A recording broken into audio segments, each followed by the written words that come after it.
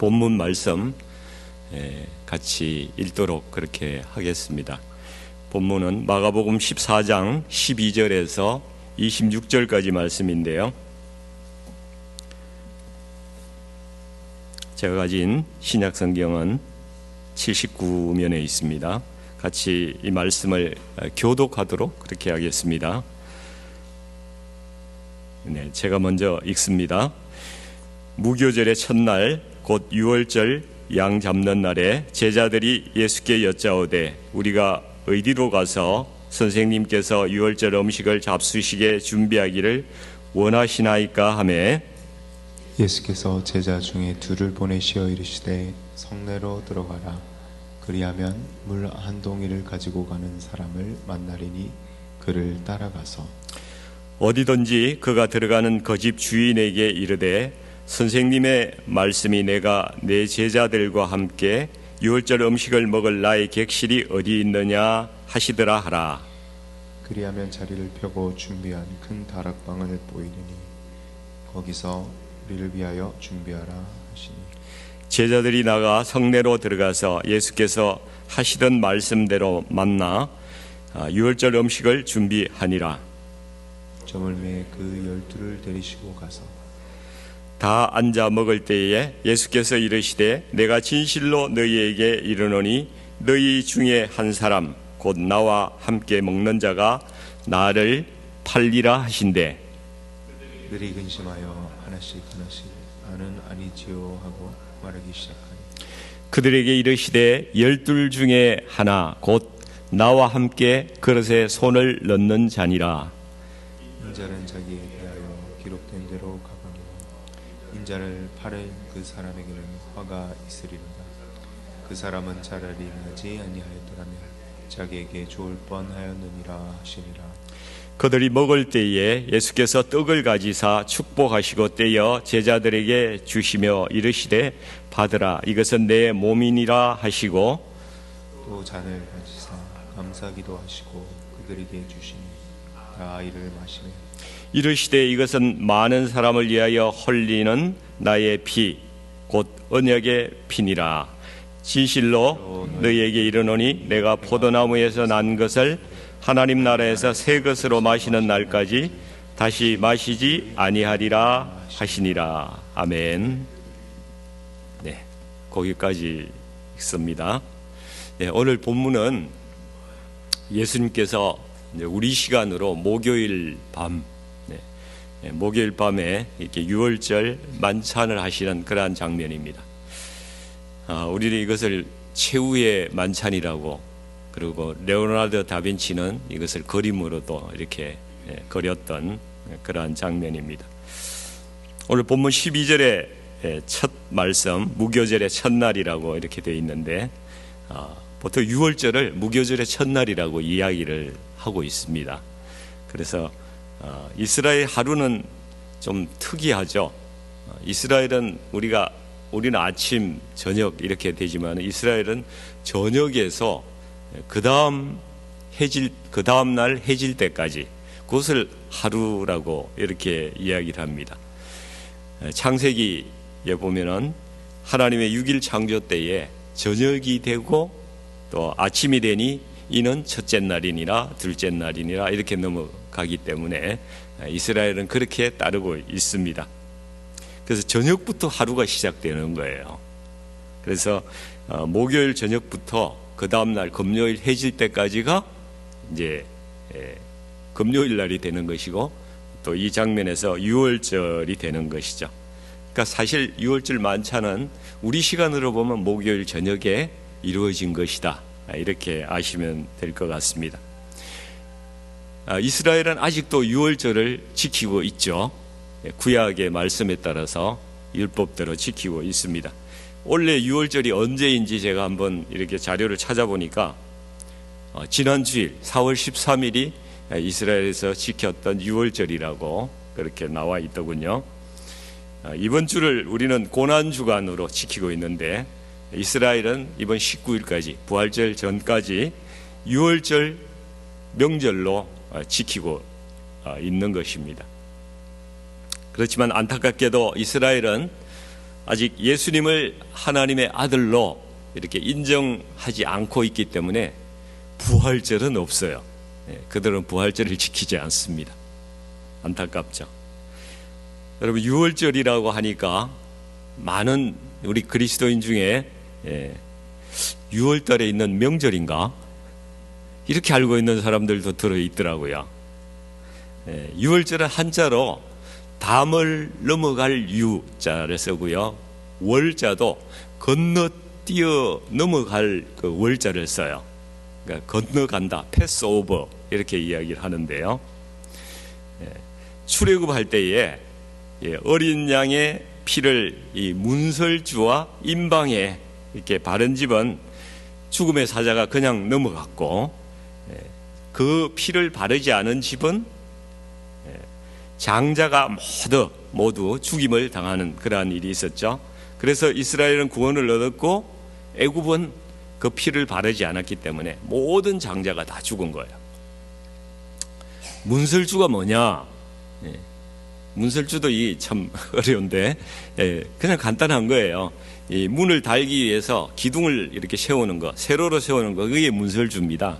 그래서 임방은 그 위에 이렇게 가로로 또 지탱을 해야 될 거 아니에요. 나무를 이렇게 붙여서 다른 거, 그것이 임방입니다. 근데 문설주와 임방이 중요한 것이 아니고 거기에 바른 피가 중요한 것이죠. 그 피가 발라져 있으면은 죽음을 면하는 것이니까요. 이 어린 양의 피는 예수 그리스도의 피를 상징하는 것이죠. 이 유월절이 이스라엘 민족이 바로 애굽의 노예 신분으로부터 이렇게 해방돼 자유함을 얻은 그러한 날입니다. 예수님께서 어느 날 돌아가셨습니까? 유월절에 죽으셨습니다. 예수님은 세상 죄를 지고 가시는 어린 양으로 이 땅에 오셨어요. 그래서 우리가 예수님을 믿는다는 것은 이 어린 양 대신 예수 그리스도의 피를 우리 심령의 문설주에 그리고 임방에 이렇게 바르는 것과 같다는 것입니다. 그러면 죽음이 우리를 넘어가게 되고 우리는 그 죄와 사망으로부터 자유함을 얻는다는 것이죠. 그리고 영생을 얻는다는 것입니다. 그래서 유월절은 이스라엘 민족에게는 굉장히 중요한 명절인 것이죠. 그와 마찬가지로 예수 그리스도의 죽으심은 우리 그리스도인에게서도 너무나 중요한 그러한 것이죠. 그래서 다 같이 기념하는 것입니다. 우리는 예수 그리스도의 죽음을 어떻게 기념하고 있습니까? 우리는 성찬하잖아요. 성찬, 커뮤니언, 성찬을 함으로 기념하고 있는 것입니다. 예수님께서 이 땅에서 33년을 사셨는데 그 마지막, 이 땅에서 마지막 보내시는 그 밤에 제자들과 함께 특별한 유월절 식사를 하시기를 원하셨던 겁니다. 그래서 유월절에 보면 이제 수많은 사람들이 예루살렘의 성전에 예배드리기 위해서 모입니다. 인근에 있는 사람들도, 인근 국가에서도 다 이렇게 디아스포라라고 그러죠. 그 사람들도 같이 모입니다. 그렇기 때문에 유월절 만찬 장소를 구하기가 쉬운 게 아니에요. 다 차 있습니다. 그래서 제자들이 식사 장소를 주님께 여쭈어 보았을 때에 주님께서는 그 장소를 이미 물색해 놓으신 거예요. 그래서 아마 성령님께서 그 장소를 예수님께 말씀을 이렇게 해 주신 거로 생각이 됩니다. 그래서 예수님께서 제자 둘을 보내서 성내로 들어가라. 그리하면 물 한 동이를 가지고 가는 사람을 만나리라. 이렇게 말씀하십니다. 당시에는 물을 이렇게 동이로 쥐고 이렇게 다니는 사람은 다 여자들이 이렇게 물을 운반하고요. 그 다음에 남자들은 물 가죽 부대라고 해가지고 짊어지고 가는 그런 것으로 보통 운반합니다. 근데 물 동이를 쥐고 가는 남자는 보기가 어려웠다는 것이죠. 그래서 주님께서 말씀하신 그 사람을 제자들이 쉽게 발견할 수가 있었던 것으로 그렇게 성경학자들은 이야기를 합니다. 그래서 그 사람을 따라갔더니만은 예수께서 말씀하신 그 큼직한 2층 다락방이 있는데 유월절 만찬을 위해서 아주 잘 펼쳐지고 준비된 방이 있었다는 것입니다. 이 전성에 따르면은 이 방이 마가의 다락방입니다. 이 집의 주인은 마가의 어머니 되는 마가복음, 오늘 우리가 보고 있는 마가복음을 쓴 마가의 어머니 되는 마리아입니다. 우리가 잘 아는 사람 있죠. 바나바의 누이이기도 합니다. 그 바나바의 생질이 마가이거든요. 이날 이 방을 예수님께 내어드림으로써 이 다락방이 어떻게 쓰임을 받았는지 우리가 한번 살펴볼 필요가 있습니다. 첫 번째는 예수님의 유월절 만찬이 여기에서 이루어졌죠. 그리고 사도행전 1장 13절을 보시면은 예수님의 부활 이후에 잠시 동안 제자들이 고기나 잡으러 가자. 그리고 이제 갈릴리로 다시 돌아간 그런 일이 있었습니다.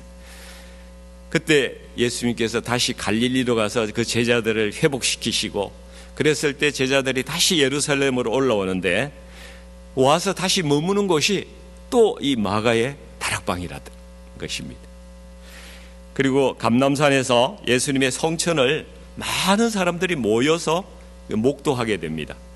그리고 이 사람들이 다 어디로 가느냐? 다시 마가의 다락방으로 갑니다. 거기에서 제자들과 예수님의 가족들, 그 어머니 마리아, 그리고 갈릴리에서 온 여인들 다 합쳐서 120명이나 되는 사람이 이 마가의 다락방에 모여서 10일 동안 전심을 다해서 기도했습니다. 그리고 이 다락방에서 10일 후에 성령께서 오순절 성령 강림의 사건이 있게 된 것입니다. 이날 이후에 이 다락방은 최초의 교회가 된 것입니다. 그 기독교 역사상 가장 최초의 교회, 예루살렘 초대 교회가 바로 이 다락방에서 출발하게 되는 것입니다. 사도행전 12장에 가면은 베드로가 이제 그 핍박을 받고 사도들이 핍박을 받고 감옥에 갇히는 일이 생기는데 하나님께서 천사들을 보내서 그 베드로를 풀어 주십니다. 풀려나서 찾아가는 것이 또 이 마가의 다락방. 성경에는 마가 요한의 어머니 마리아의 집으로 찾아가고 있습니다. 여기에 가보니까 성도들이 베드로를 위해서 기도하고 있는 거예요. 바로 신약의 교회가 된 것입니다. 사랑하는 우리 성도님들 한번 보십시오. 한 사람의 헌신으로 예수님께 내어드린 이 마가의 다락방이 예수님께서 말씀을 선포하시는 진리의 방이 되고 있습니다. 그리고 이 방은 또 오순절에 급하고 강한 바람처럼 불처럼 임하는 그 성령 강림의 현장이 되었고요. 성령 하나님께서 임재하시는 영광의 방이 된 것입니다. 또 감옥에 갇힌 형제들을 위해서 기도하는 교회가 되었고 세상을 향해서 복음을 전파하기 시작하는 초대교회가 되었던 것입니다. 어떤 성도님들은 자기 집에 이렇게 게스트룸을 하나 탁 마련해가지고 깨끗하게 잘 준비해서 언제 누구가 오더라도 묵을 수 있게끔 특별히 선교사님들을 위해서 그런 방을 내어드리는 분들도 계십니다. 참 귀한 일이라고 생각을 합니다. 그런 반면에 여러 가지 개인적인 사정이 있겠지만은 아직 자신의 집을 잘 오픈하지 못하는 그러한 분들도 많이 계시죠. 마태복음 25장에 보시면은 마지막 심판 때에 주님께서 이렇게 말씀하세요. 예수님께서 내가 줄일 때에 너희가 먹을 것을 주지 아니하였고 목마를 때 마시게 하지 아니하였고 나그네 되었을 때에 영접하지 아니하였고 헐벗었을 때에 옷 입히지 아니하였으며 병들었을 때에 옥에 갇혔을 때에 돌보지 아니하였느니라. 주님, 저희들이 주님께 언제 그랬습니까? 저는 주님께 그렇게 한 적이 없습니다. 어떤 사람들이 그렇게 대답을 해요. 그렇게 되묻는 사람들에게 주님께서 이렇게 말씀하세요. 내가 진실로 내게 이르노니 이 지극히 작은 자 하나에게 하지 아니한 것이 곧 내게 하지 아니한 것이니라. 주님의 마음을 아시겠어요? 예수님은 우리에게 언제나 내 이웃과 나그네와 어려운 사람들에게 문을 열고 손을 내밀어서 도우라고 말씀하십니다. 그들에게 하는 것이 곧 나에게 하는 것이라고, 주님께 하는 것이라고 그렇게 주님께서 말씀하고 계십니다. 성도님들, 주님께서 이 땅에 처음 오실 때를 한번 생각해 보십시오. 여관에 머무를 방이 없어서 주님은 마국간으로 오셨어요. 마국간에서 태어나셨습니다. 공생의 사역 기간 동안 내내 주님은 여우도 굴이 있고 공중의 새도 거처가 있으되 인자는 머리 둘 곳이 없다, 그렇게 말씀하시고 힘들게 사셨습니다. 이 땅 가운데에서 예수님께서 우리 성도님들께 내 집에 내가 머물 방이 있느냐 이렇게 물어보시면 어떻게 대답하시겠어요? 정말 예수님께 내어드릴 방이 있습니까? 주님이 우리 안에 오시고자 할 때에 우리 마음의 중심에 그분을 영접해야 한다는 것입니다. 그러면 주님께서 우리 안에 좌정하셔서 우리를 통치하시는 것입니다. 내게 주님이 오시면요, 우리가 뭐가 돼요? 우리도 성전이 되는 것입니다. 우리가 성전입니다. 가지가 포도나무에 매달려 있으면 많은 결실을 맺지 않습니까? 풍성한 삶을 살게 되는 것입니다. 주님께서 우리에게 오시면 우리는 풍성한 삶을 살게 돼요. 우리 성도님들께서 주님을 내 마음에 초청하시고 내 마음의 중심의 방을 주님께 내어드림으로써 풍성한 삶을 사시기를 축원드립니다. 그런데 이 마가의 다락방에는 이 풍성한 삶을 살기를 스스로 거절한 사람의 이야기도 같이 나오고 있습니다. 예수님을 은 30을 받고 판 가롯 유다의 이야기입니다. 어떤 사람은 이렇게 말하는 사람이 있어요. 가롯 유다가 예수님을 팔았으니까 예수님이 십자가를 진 거 아니냐, 그래서 우리가 구원을 얻은 것이다. 하나님의 뜻 가운데 가롯 유다는 쓰임을 받은 거야. 그러니까 가롯 유다에게 무슨 죄가 있다고 그렇게 이야기할 수 있냐, 논리가 되는 것 같죠? 잘못 들으면 그렇게 이끌려 들어갈 수가 있습니다. 만약에 그것이 옳다고 생각한다면 오늘 본문 21절 말씀은 우리가 어떻게 해석해야 되겠습니까? 본문 21절 말씀 한번 같이 읽어보겠습니다. 인자는 자기에 대하여 기록된 대로 가거니와 인자를 파는 그 사람에게는 화가 있으리로다. 그 사람은 차라리 나지 아니하였더라면 자기에게 좋을 뻔하였느니라 하시니라. 결코 하나님께 쓰임받았다고 말하지 않습니다. 그렇죠? 예수님께서 은 30에 팔리고 또 배신당해서 십자가에서 죽으시는 것은 하나님께서 정하신 일이에요. 이것은 우리 인류를 구원하시기 위해서 하나님께서 작정하시고 예정하신 일이라는 것입니다. 예수님의 십자가 사역은 반드시 하나님께서 예정하신 일이었어요. 그러나 가롯 유다가 예수님을 은 30에 판 것은 가롯 유다에게 하나님께서 예정하신 일이 아니라는 사실입니다. 우리가 이것을 기억해야 합니다. 가롯 유다는 얼마든지 자신의 자유의지로 다르게 행동할 수 있었습니다. 그러나 그는 자신의 탐욕을 따라서 살아간 사람이에요. 자신의 탐욕을 따라서 살았기 때문에 예수님을 배반한 것입니다.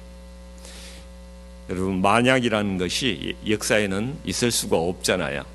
그런데 있다고 한번 가정을 해본다면, 만약 가룟 유다가 돌이켜서 예수님을 팔지 않았다면 그는 절대 망하지 않았을 것입니다. 이렇게 자살하고 비참하게 되지 않았을 것입니다. 그러나 가룟 유다가 예수님을 배신하지 않았다 하더라도 예수님의 십자가에서의 죽으심과 대속의 구원은 하나님께서 예정하신 일이기 때문에 반드시 일어나게 되어 있다는 것입니다. 그것을 이해하시겠습니까?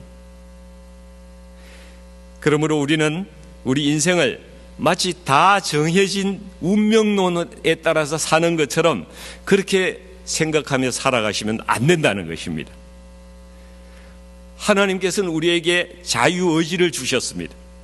이렇게 살 수도 있고 저렇게 살 수도 있는 자유를 우리에게 주셨다는 말씀입니다.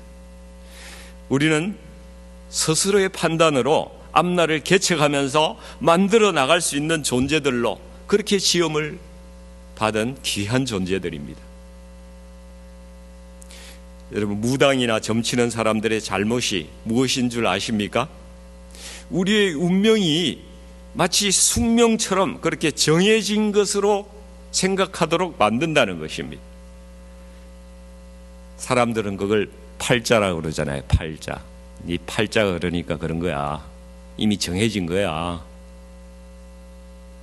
이것은 사단의 속임수예요. 사람을 거기에 묶어서 노예로 삼고자 하는 그런 악한 의도가 그 가운데 숨어져 있는 것입니다. 예수님을 믿는 사람은 팔자 위에 십자가 있습니다. 우리 그리스도인들은 혹시 정해진 운명이 있다 하더라도 십자가의 능력으로 바꿀 수가 있고 헤쳐나갈 수가 있고 돌파할 수가 있고 우리가 기도함으로 하나님의 마음도 바꿀 수 있는 그런 사람들이라는 사실을 여러분 기억하셔야 합니다. 저는 로마서 12장 11절 말씀을 참 좋아합니다. 같이 한번 읽어보실까요? 부지런하여 게으르지 말고 열심을 품고 주를 섬기라 말씀합니다. 우리가 운명이 정해져 있다면 못하러 우리 보고 부지런하라고 말씀하겠어요? 게으르지 말라고 이야기하겠어요? 열심을 품고 살으라고 그렇게 말씀하겠습니까? 열심히 살아봐야 이미 정해진 운명인데 그렇지 않다는 것입니다. 우리는 기존의 생각과 살아가는 자세를 여러분 완전히 바꾸실 필요가 있습니다. 아멘. 예, 주 안에서 열심히 사십시오. 부족한 것 하나님께 구하며 기도하며 열심히 노력하십시오. 나의 환경과 처지는 정해진 것이 아닙니다. 만들어 가진 것입니다. 얼마든지 바꿀 수 있는 것입니다. 이것이 그리스도인에게 하나님께서 주신 자유입니다. 마가의 다락방에서 주님의 유월절 만찬이 있었습니다. 예수님은 이 땅에서 이 마지막 밤에 유언처럼 성찬의 법을 세우셨습니다. 떡을 떼어서 제자들에게 주시고 이것은 내 몸이니라 이렇게 말씀하셨습니다. 떡을 뗄 때에 예수님은 이 떡 저 떡 이렇게 주신 게 아니고요. 한 개의 떡을 가지고 이렇게 나누어서 떼서 찢어서 이렇게 제자들에게 나누어 주셨습니다. 우리 그리스도인들은 주님이 머리이신 이 한 몸 된 교회의 지체라는 거예요. 따로 떨어진 존재가 아니라는 것입니다. 한 형제예요. 지체이니까 서로 사랑하고 하나가 되라는 말씀입니다. 그래서 교회는 분열하는 곳이 아닙니다. 절대 분열할 수도 없고 분열해서는 안 되는 것입니다. 서로 비방하는 곳이 아닙니다. 오직 사랑하는 곳입니다. 서로를 섬기는 곳입니다. 또 잔을 주실 때 이것은 많은 사람을 위하여 흘리는 나의 피, 언약의 피라고 말씀하고 있습니다. 율법에 의해서 짐승의 피가 우리를 대속하는 그러한 것이 지금까지 이스라엘에 있었지만은 그것은 옛 언약이었죠. 이제 예수님께서 한 번 흘리신 피가, 한 번 십자가에 흘리신 피가 우리의 죄를 영원히 대속할 것이라는 그 언약을 우리에게 주신 것입니다. 그 언약 믿는 사람, 예수님을 믿는 사람은 그 예수의 피로 구원받을 것이다. 이것이 새 언약입니다. 그래서 초대교회는 성찬이 예배의 핵심이었어요. 초대교회는 예배를 드리기 위해서 모였다고 이렇게 이야기하지 않고 성경 말씀에 떡을 떼기 위해서 모였다고 항상 말씀합니다. 사도행전 2장 46절 말씀을 한번 볼까요? 같이 읽어보겠습니다. 날마다 마음을 같이하여 성전에 모이기를 힘쓰고 집에서 떡을 떼며 기쁨과 순전한 마음으로 음식을 먹고, 이렇게 돼 있죠. 초대교회는 성찬을 집에서 했습니다. 집에서 떡을 뗐어요. 성찬을 하고 또 집에서 음식을 먹었다 그러죠. 예찬을 했습니다. 사랑 예자를 써서 우리 사랑으로 같이 음식을 나눠 먹는 것을 예찬이라고 그래요. 우리가 목장에서 주일날 모여서 하는 것은 예찬이라고 이렇게 이야기할 수가 있는 것입니다. 우리 목장들이 항상 예찬은 하지만은 집에서 성찬은 해보지 않았죠. 예. 만약 집에서 우리 목장 가족들이 함께 성찬을 한번 해보면은 얼마나 은혜스러울까, 이런 생각을 해봅니다. 사도행전 20장 7절도 한번 보십시오. 같이 읽어보겠습니다.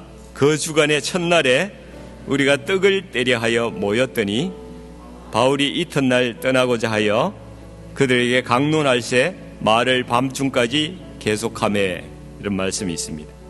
초대교회는 그 주간의 첫날에, 그러니까 매주 첫 주일에 항상 성찬을 했다는 것입니다. 그 성찬에는 우리의 죄사함과 구원의 메시지가 담겨 있고요, 죽기까지 죄를 미워하시는 그 하나님의 거룩하심, 그것을 우리로 하여금 깨닫게 하시는 것입니다.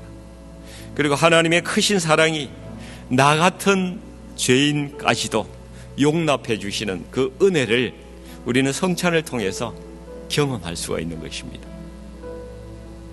이번 주 우리 금요일 날 굿 프라이데이에 우리 교회에서 성찬을 할 텐데, 우리 모두 빠지지 마시고 참여하셔서 우리 주님께서 세우신 새 언약을 기억하시면서 주님의 몸과 피를 먹고 마심으로써 우리가 주님 안에서 살아가는 생명 안에, 주님의 생명 안에 있는 존재라는 사실을 우리가 고백하고 또 감사하고, 그렇게 하나님의 은혜를 경험하는 우리들이 되기를 주님의 이름으로 축원드립니다. 이 시간 같이 한번 기도하기를 원하는데요, 우리 마가의 다락방이 주님께 쓰임받은 것처럼 우리도 주님께 쓰임받기를 원합니다. 이 시간 우리의 마음의 중심, 우리의 중심의 방에 예수님 오셔서 좌정해 주시고 우리를 다스려 주시옵소서. 그래서 우리를 주님께서 마음껏 사용하여 주시고 우리는 또 주님께 기쁘게 쓰임받기를 원한다고 그렇게 주님께 간구했으면 좋겠습니다. 그리고 주님께서 우리에게 자유함을 주셨어요. 우리는 우리에게 주신 이 자유를 주님 안에서 선하고 거룩하게 그리고 열심히 사용하여야 할 줄 믿습니다. 우리는 스스로의 삶을 개척할 수 있다고 말씀을 드렸습니다. 그렇게 지음을 받은 존재라고 말씀드렸습니다. 우리가 주님의 존재를, 주님의 도우심을 간구하면서 우리가 주 안에서 열심히 살아가야 합니다. 우리는 더 많은 선한 일을 행할 수가 있습니다. 우리 주님께서 우리에게 오늘 우리에게 긍정적인 에너지 주시고 자신감도 주시고 소망을 부어주셔서 우리가 더 열심히 선하게 살아갈 수 있도록 그 힘을 달라고 주님께 우리 이 시간 기도하기를 원합니다. 또 우리를 구원하신 예수님을 믿음으로 말미암아서 그 피를 우리 심령의 문설주에 임방에 우리가 바름으로써 죄와 사망으로부터 완전히 자유하여서 이제 이후의 삶은 주님의 뜻을 행하는 그런 하나님의 나라의 백성으로 우리가 살아가겠다고. 하나님의 나라는 성령 안에서 의와 평강과 희락이라고 말씀하셨습니다. 그 가치관 가운데에서 우리가 살아갈 수 있는 그런 사람들이 되겠다고 우리 고백하며 우리 주님 앞에 한번 같이 기도하고 나가겠습니다. 통성으로 주님 한번 부르고 기도하겠습니다. 주여